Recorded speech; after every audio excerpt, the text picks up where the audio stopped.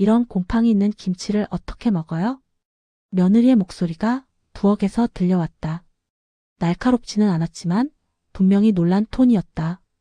나는 거실에서 그 소리를 듣는 순간 온몸이 얼어붙었다. 심장이 내려앉는 기분이었다. 아, 결국 들켰구나. 냉장고 맨 뒤편 가장 구석진 곳에 숨겨두었던 그 김치통.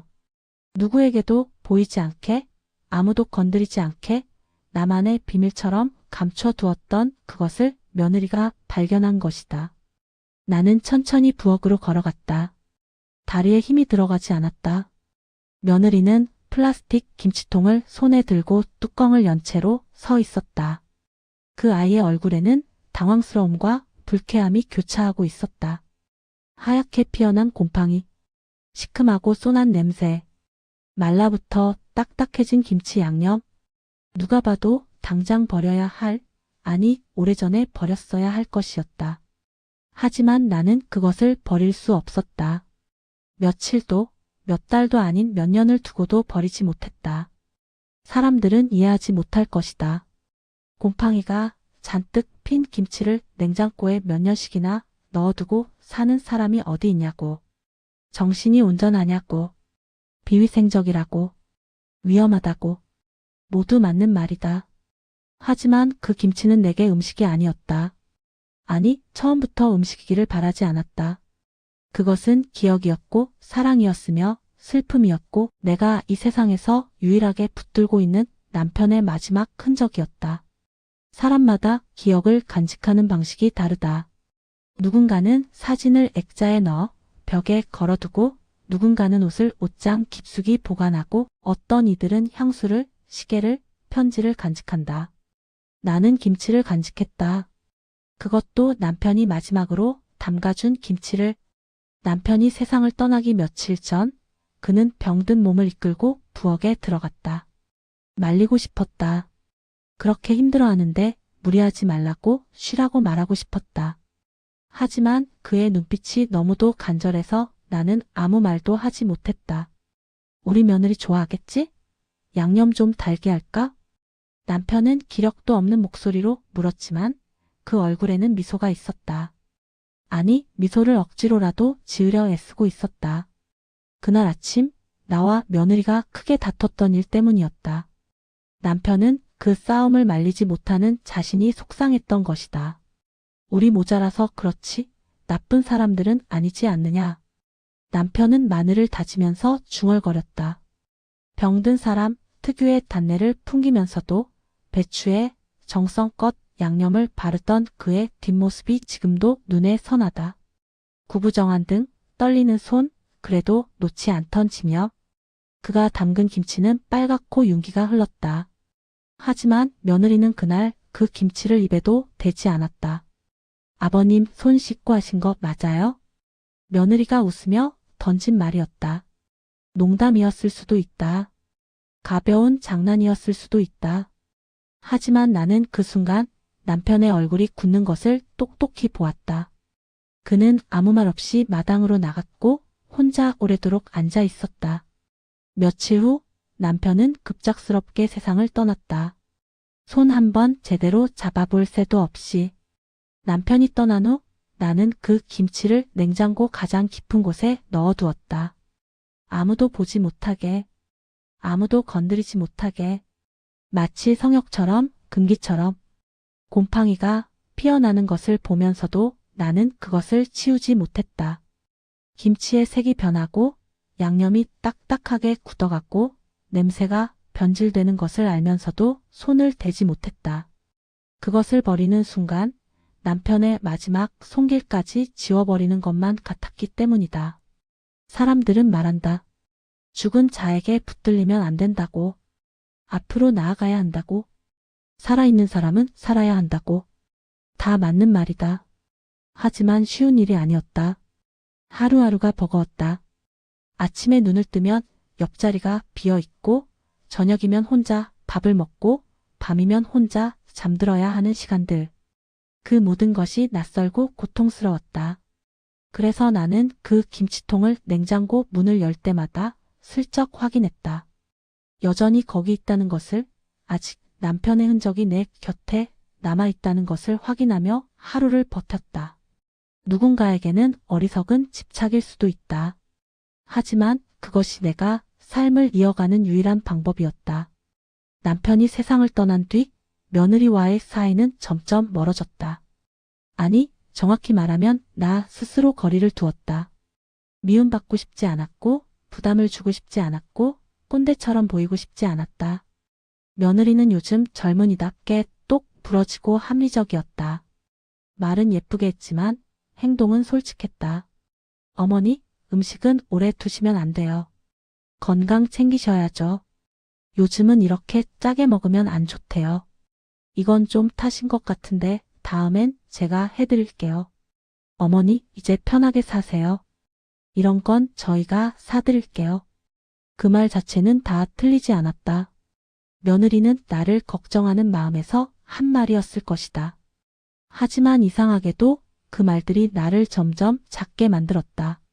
마치 내가 위생관념도 부족하고 시대에 뒤떨어지고 집안 살림도 제대로 못하는 사람처럼 느껴졌다. 나도 스스로 느꼈다. 내가 낡았구나. 젊은 사람들 눈에 나는 고루하고 답답한 사람일 거야. 그래도 나는 웃어 넘겼다. 며느리에게 미움받고 싶지 않았다. 이제 남은 가족이 많지 않으니까. 아들과 며느리, 손주들. 그것이 내가 가진 전부였으니까. 하지만 김치통만큼은, 제발 그것만큼은 아무도 건드리지 않기를 바랐다. 그것은 내 마지막 성역이었고 내 마지막 슬픔이었으며 내가 세상에서 유일하게 붙들고 있는 기둥 같은 것이었다. 그날 며느리가 냉장고를 정리해보겠다며 부엌에 들어왔다. 나는 순간 가슴이 철렁 내려앉았다. 안 된다. 저기만큼은. 하지만 말이 나오지 않았다. 무슨 말을 해야 할지 몰랐다.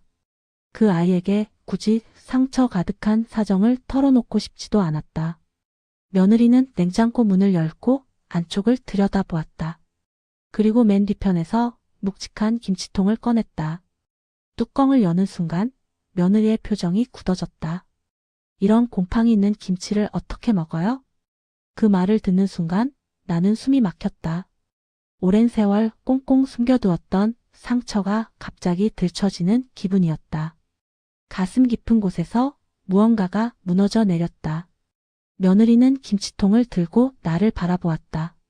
그 눈빛에는 놀라움, 불쾌함, 그리고 약간의 비난이 섞여 있었다. 어머니 이건. 며느리가 말을 잇지 못했다. 하지만 그 말 뒤에 이어질 문장들은 굳이 듣지 않아도 알 것 같았다. 이걸 이렇게 두셨다고요? 위생은 어떻게 하시려고요? 이러다 큰일 나요. 나는 고개를 떨구고 며느리를 지나쳐 천천히 김치통을 가져왔다. 그리고 그 아이가 보는 앞에서 가만히 품에 안았다. 내 손이 떨렸다. 김치통이 아니라 가슴이. 잠시 침묵이 흐른 뒤 며느리는 조심스럽게 말을 꺼냈다. 어머니 이건 진짜 버리셔야 해요. 이렇게 오래 둔 김치는 절대 드시면 안 돼요. 건강을 생각하셔야죠. 그 말은 다 맞는 말이었다. 젊은 세대답게 정확하고 합리적이고 안전을 우선으로 생각하는 말. 틀린 것이 하나도 없었다. 하지만 이상하게도 그날따라 그 아이의 말이 날 난도질하는 것처럼 들렸다. 어머니, 이렇게 사시면 안 돼요. 그 말이 마지막 한 방이었다. 나는 속으로 울컥하는 것을 느꼈다. 목이 메었다. 눈시울이 뜨거워졌다. 그 아이는 내 사정을 몰랐고 나는 설명하고 싶지 않았다. 오히려 내가 더 초라해질 것이 뻔했기 때문이다. 남편이 떠난 뒤 내가 얼마나 힘겹게 하루를 버티는지. 삶에 붙들고 싶은 것이 고작 곰팡이 핀 김치 하나뿐인 이 처지를 어떻게 말할 수 있겠는가? 그 순간 나는 모르게 한숨 같은 울음이 새어나왔다. 며느리가 깜짝 놀라 나를 바라봤다. 그 아이의 눈이 커졌다. 당황한 표정이었다. 그때야 나는 다 말했다. 이것이 남편이 마지막으로 담근 김치라는 것. 며느리와 부딪힌 그날 마음을 풀어주려고 기운도 없는 몸으로 부엌에 서 있었다는 것. 며느리가 그 김치를 맛보지 않은 것을 보고 남편이 서운해서 혼자 마당에 오래 앉아 있었다는 것. 그리고 며칠 후 남편의 병이 급작스럽게 악화되어 손 한 번 제대로 잡아볼 새도 없이 떠나버렸다는 것. 말을 하다가 나는 입을 막았다. 오랜 세월 참아온 울음이 터질까 두려웠다. 며느리는 아무 말도 하지 못하고 김치통을 바라보았다. 그 아이의 표정이 천천히 변해갔다. 놀람, 혼란, 그리고 깊은 죄책감. 잠시 후 며느리는 양손으로 얼굴을 가리고 조용히 울기 시작했다. 그 아이의 어깨가 떨렸다. 저 몰랐어요. 어머니, 왜 혼자 그렇게 왜 말씀 안 하셨어요? 제가 정말 잘못했어요. 며느리의 목소리는 떨리고 있었다. 그 아이는 진심으로 미안해하고 있었다. 나는 그제야 알았다.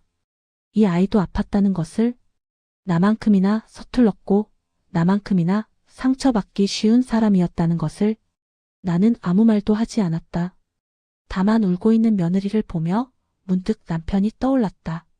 우리 며느리 마음은 착한 아이야. 남편이 그렇게 말하곤 했다. 며느리는 김치통을 조심스럽게 닫았다. 마치 무언가 신성한 것을 다루는 사람처럼 천천히, 아주 조심히.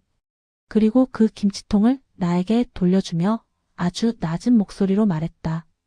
어머니, 이건 제가 씻고 닦고 다시 깨끗하게 보관할게요.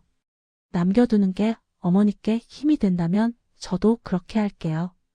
그 아이의 손끝이 떨리고 있었다. 나는 그저 고개를 끄덕였다. 한참 후 며느리는 내 손을 잡고 말없이 울음을 멈추지 못했다. 그리고 나는 깨달았다. 며느리는 나를 상처 주려 한 게 아니었다.